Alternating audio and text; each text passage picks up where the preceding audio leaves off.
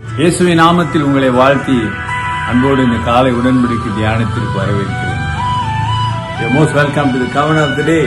Today is 30 June 2026 Saturday, சனிக்கிழமை.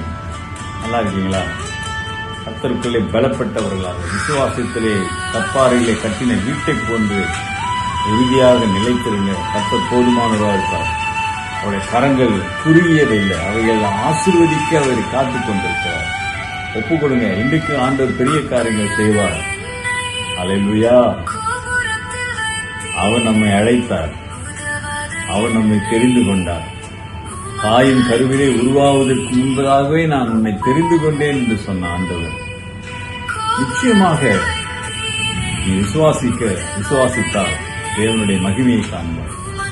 உன்னை பலப்படுத்துகிற கிறிஸ்துவினாலே எல்லாவற்றையும் செய்ய உன்னால முடியும், என்னால முடியும் என்று வேதம் சொல்லுகிறது. ஆகவே கர்த்தரை சார்ந்து வாழுங்க.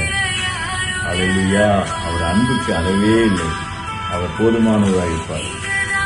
கேரா சரி, நான் ஆண்டோடைய வார்த்தையை கேட்போம். இன்றைக்குரிய ஆண்டோருடைய வார்த்தையை, ஆண்டோருடைய ஆலோசனை நாம் கேட்போம். அது கொலோசியருக்கு எழுதின நிருபம் 3ஆம் அதிகாரம் 17வது வசனம். Galatians chapter 3 verse 17. And whatever you do in the word of God, a word or deed, do all in the name of the Lord Jesus. Give thanks to God the Father through him. Amen. வார்த்தையிலாவது கிரியையிலாவது நீங்கள் எதை செய்தாலும் அது எல்லாம் கர்த்தராகிய இயேசுவின் நாமத்தினாலே செய்து அவர் முன்னிலையாக பிதாவாகிய தேவனை ஸ்தோத்திரியுங்கள். அல்லேலூயா. வார்த்தையிலும் செய்கையிலும் அப்படின்னா சொல்வது ஒன்று செய்வது ஒன்றாக இருக்கக்கூடாது. கர்த்தருடைய பிள்ளைகள் கர்த்தர் சொன்னதை செய்தார். அப்ப நீங்களும் நானும் ஆண்டவரை ஏற்றுக்கொண்டு அவரை வணங்குகிறவர்கள், அவருடைய பிள்ளைகள் என்று சொல்லுகிற நீங்களும் நானும் என்ன செய்ய வேண்டுமா? சொல்லுகிற பிரகாரம் வார்த்தையை கேட்கிறோமே, அந்த வார்த்தையின் பிரகாரம் நம்முடைய கிரியை இருக்க வேண்டுமா? மன்னிக்க வேண்டும், இரக்கம் காட்ட வேண்டும், அன்பு செலுத்த வேண்டும் என்ற வார்த்தை நமக்குள் இடைப்படும் போது அதை கிரியையினாலே செய்கிறவர்களாக நீங்களும் நானும் இருக்க வேண்டும்.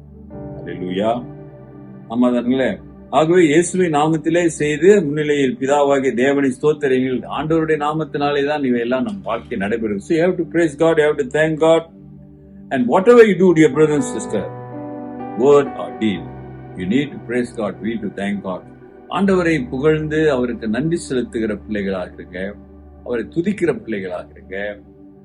விசுவாசத்தில வாழ்க்கையிலே நல்ல ஒரு தரம் இருக்க வேண்டும்.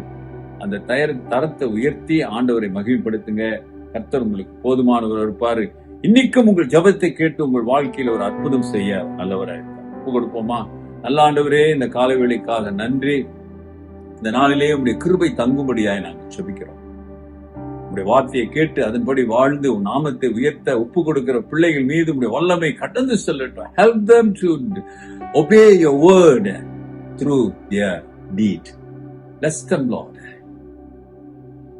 Empower them, Lord. Use them for your glory. எல்லா துதி கன மகிமை உமக்கு உண்டாகட்டும். ஒரு அற்புதம் இயேசுவே நாமத்திலே செய்யுங்க. ஒரு விடுதலை, ஒரு சுகம், ஒரு வழி நடத்துதல் உங்களுடைய பிள்ளைகளுக்கான அருள் புரியுங்க. இயேசுவின் நாமத்தில் பிதாவே, ஆமென். நமது ஆண்டவராகிய இயேசுவுடைய கிருபை, பிதாவின் அன்பு, பரிசுத்தாவின் ஐக்கியம் உங்களோடு உங்களை ஆசீர்வதித்து காப்பதாக. என் ஆத்துமாவே கர்த்தரை ஸ்தோத்திரி, என் முழு உள்ளமே அவர் பரிசுத்த நாமத்தை ஸ்தோத்திரி. என் ஆத்துமாவே கர்த்தரை ஸ்தோத்திரி, அவர் செய்த சகல உபகாரங்களை மறவாது. ஆமென், ஆமென். Dear brother and sister, சகோதரனே சகோதரே, ஆண்டவருடைய வார்த்தை வாழ்க்கையில் இருக்கிறதா? Take care and God bless.